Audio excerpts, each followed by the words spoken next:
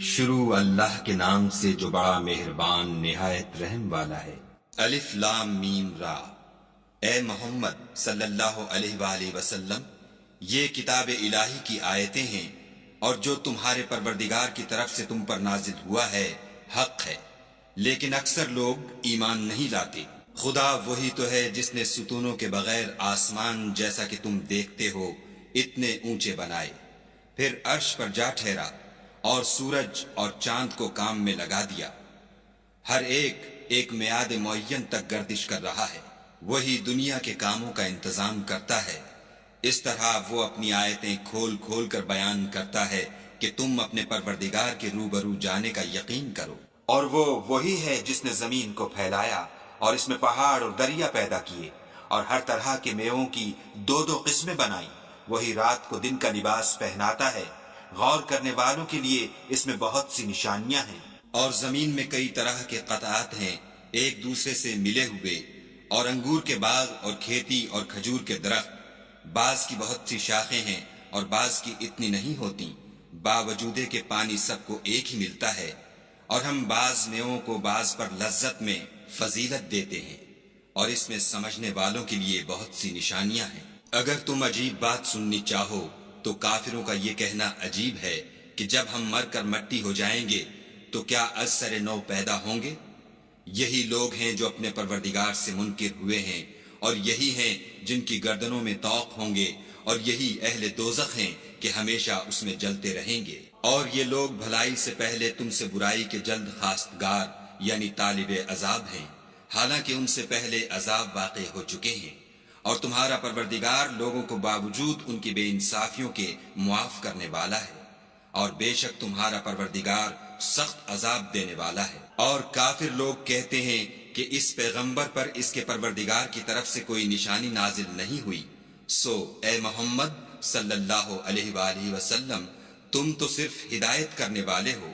اور ہر ایک قوم کے لیے رہنما ہوا کرتا ہے۔ خدا ہی اس بچے سے واقف ہے جو عورت کے پیٹ میں ہوتا ہے، اور پیٹ کے سکڑنے اور بڑھنے سے بھی واقف ہے،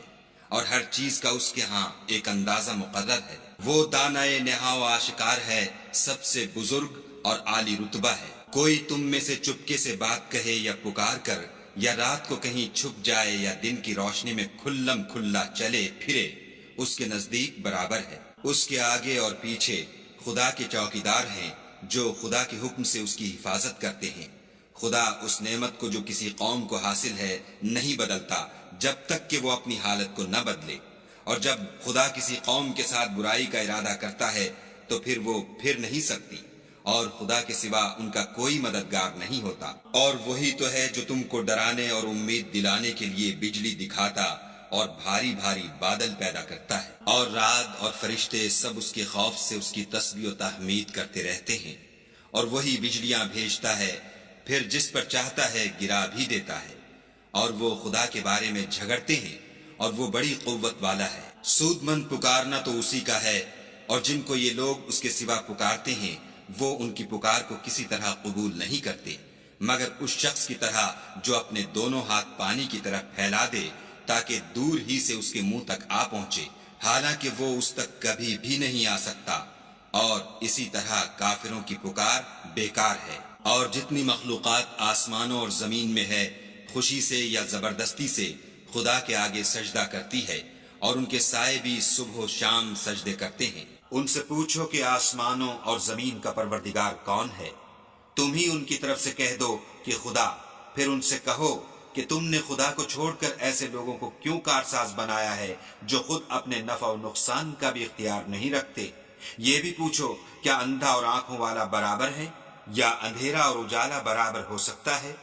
بھلا ان لوگوں نے جن کو خدا کا شریک مقرر کیا ہے، کیا انہوں نے خدا کی سی مخلوقات پیدا کی ہے جس کے سبب ان کو مخلوقات مشتبہ ہو گئی ہے؟ کہہ دو کہ خدا ہی ہر چیز کا پیدا کرنے والا ہے، اور وہ یکتا اور زبردست ہے۔ اسی نے آسمان سے میں برسایا، پھر اس سے اپنے اپنے اندازے کے مطابق نالے بہ نکلے، پھر نالے پر پھولا ہوا جھاگ آ گیا، اور جس چیز کو زیور یا کوئی اور سامان بنانے کے لیے آگ میں تپاتے ہیں اس میں بھی ایسا ہی جھاگ ہوتا ہے۔ اس طرح خدا حق اور باطل کی مثال بیان فرماتا ہے، سو جھاگ تو سوکھ کر زائل ہو جاتا ہے، اور پانی جو لوگوں کو فائدہ پہنچاتا ہے وہ زمین میں ٹھہرا رہتا ہے۔ اس طرح خدا صحیح اور غلط کی مثالیں بیان فرماتا ہے تاکہ تم سمجھو۔ جن لوگوں نے خدا کے حکم کو قبول کیا ان کی حالت بہت بہتر ہوگی، اور جنہوں نے اس کو قبول نہ کیا، اگر روئے زمین کے سب خزانے ان کے اختیار میں ہوں تو وہ سب کے سب اور ان کے ساتھ اتنے ہی اور نجات کے بدلے میں صرف کر ڈالیں، مگر نجات کہاں؟ ایسے لوگوں کا حساب بھی برا ہوگا اور ان کا ٹھکانہ بھی دوزخ ہے، اور وہ بری جگہ ہے۔ بھلا جو شخص یہ جانتا ہے کہ جو کچھ تمہارے پروردگار کی طرف سے تم پر نازل ہوا ہے حق ہے، وہ اس شخص کی طرح ہے جو اندھا ہے، اور سمجھتے تو وہی ہیں جو عقل مند ہیں، جو خدا کے عہد کو پورا کرتے ہیں اور اقرار کو نہیں توڑتے، اور جن رشتہ ہائے قرابت کے جوڑے رکھنے کا خدا نے حکم دیا ان کو جوڑے رکھتے اور اپنے پروردگار سے ڈرتے رہتے اور برے حساب سے خوف رکھتے ہیں، اور جو پروردگار کی خوشنودی حاصل کرنے کے لیے مصائب پر صبر کرتے ہیں اور نماز پڑھتے ہیں، اور جو مال ہم نے ان کو دیا ہے اس میں سے پوشیدہ اور ظاہر خرچ کرتے ہیں، اور نیکی سے برائی کو دور کرتے ہیں، یہی لوگ ہیں جن کے لیے عاقبت کا گھر ہے، یعنی ہمیشہ رہنے کے باغات جن میں وہ داخل ہوں گے، اور ان کے باپ دادا اور بیویوں اور اولاد میں سے جو نیکوکار ہوں گے وہ بھی بہشت میں جائیں گے، اور فرشتے بہشت کے ہر ایک دروازے سے ان کے پاس آئیں گے اور کہیں گے تم پر رحمت ہو، یہ تمہاری ثابت قدمی کا بدلہ ہے، اور عاقبت کا گھر خوب گھر ہے۔ اور جو لوگ خدا سے عہد واسق کر کے اس کو توڑ ڈالتے اور جن رشتہ ہائے قرابت کے جوڑے رکھنے کا خدا نے حکم دیا ہے ان کو قطع کر دیتے اور ملک میں فساد کرتے ہیں، ایسوں پر لعنت ہے، اور ان کے لیے گھر بھی برا ہے۔ خدا جس کا چاہتا ہے رزق فراخ کر دیتا ہے اور جس کا چاہتا ہے تنگ کر دیتا ہے، اور کافر لوگ دنیا کی زندگی پر خوش ہو رہے ہیں، اور دنیا کی زندگی آخرت کے مقابلے میں بہت تھوڑا فائدہ ہے۔ اور کافر کہتے ہیں کہ اس پیغمبر پر اس کے پروردگار کی طرف سے کوئی نشانی کیوں نازل نہیں ہوئی؟ کہہ دو کہ خدا جسے چاہتا ہے گمراہ کرتا ہے، اور جو اس کی طرف رجوع ہوتا ہے اس کو اپنی طرف کا رستہ دکھاتا ہے۔ یعنی جو لوگ ایمان لاتے اور جن کے دل یاد خدا سے آرام پاتے ہیں ان کو، اور سن رکھو کہ خدا کی یاد سے دل آرام پاتے ہیں۔ جو لوگ ایمان لائے اور عمل نیک کیے ان کے لیے خوشحالی اور عمدہ ٹھکانہ ہے۔ جس طرح ہم اور پیغمبر بھیجتے رہے ہیں اسی طرح اے محمد صلی اللہ علیہ وآلہ وسلم ہم نے تم کو اس امت میں جس سے پہلے بہت سی امتیں گزر چکی ہیں بھیجا ہے، تاکہ تم ان کو وہ کتاب جو ہم نے تمہاری طرف بھیجی ہے پڑھ کر سنا دو۔ اور یہ لوگ رحمان کو نہیں مانتے، کہہ دو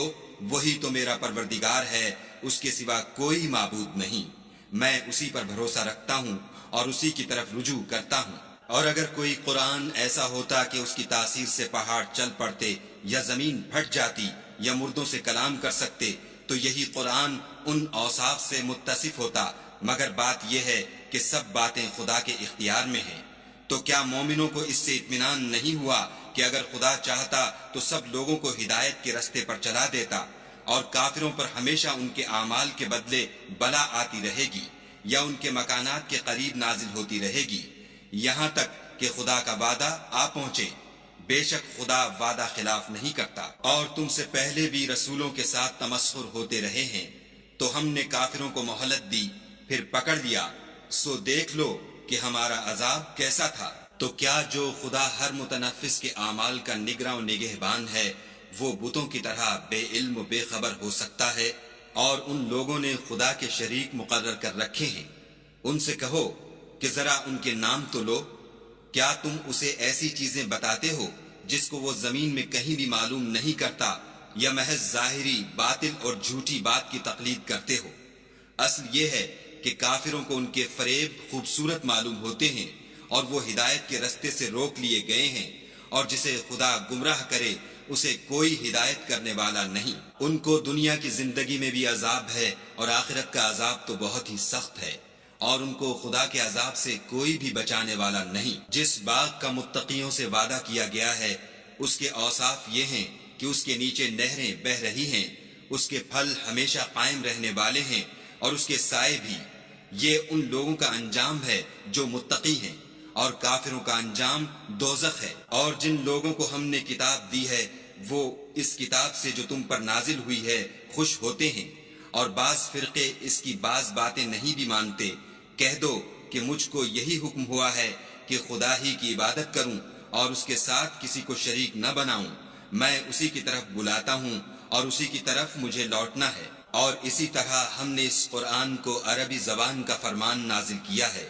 اور اگر تم علم و دانش آنے کے بعد ان لوگوں کی خواہشوں کے پیچھے چلو گے تو خدا کے سامنے کوئی نہ تمہارا مددگار ہوگا اور نہ کوئی بچانے والا۔ اور اے محمد صلی اللہ علیہ وآلہ وسلم، ہم نے تم سے پہلے بھی پیغمبر بھیجے تھے اور ان کو بیویاں اور اولاد بھی دی تھی، اور کسی پیغمبر کے اختیار کی بات نہ تھی کہ خدا کے حکم کے بغیر کوئی نشانی لائے۔ ہر حکم قضا کتاب میں مرقوم ہے۔ خدا جس کو چاہتا ہے مٹا دیتا ہے اور جس کو چاہتا ہے قائم رکھتا ہے، اور اسی کے پاس اصل کتاب ہے۔ اور اگر ہم کوئی عذاب جس کا ان لوگوں سے وعدہ کرتے ہیں تمہیں دکھائیں، یعنی تمہارے روبرو ان پر نازل کریں، یا تمہاری مدت حیات پوری کر دیں، یعنی تمہارے انتقال کے بعد عذاب بھیجیں، تو تمہارا کام ہمارے احکام کا پہنچا دینا ہے اور ہمارا کام حساب لینا ہے۔ کیا انہوں نے نہیں دیکھا کہ ہم زمین کو اس کے کناروں سے گھٹاتے چلے آتے ہیں، اور خدا جیسا چاہتا ہے حکم کرتا ہے، کوئی اس کے حکم کا رد کرنے والا نہیں، اور وہ جلد حساب لینے والا ہے۔ جو لوگ ان سے پہلے تھے وہ بھی بتہری چالیں چلتے رہے ہیں، سو چال تو سب اللہ ہی کی ہے۔ ہر متنفس جو کچھ کر رہا ہے وہ اسے جانتا ہے، اور کافر جلد معلوم کریں گے کہ عاقبت کا گھر یعنی انجام محمود کس کے لیے ہے۔ اور کافر لوگ کہتے ہیں کہ تم خدا کے رسول نہیں ہو۔ کہہ دو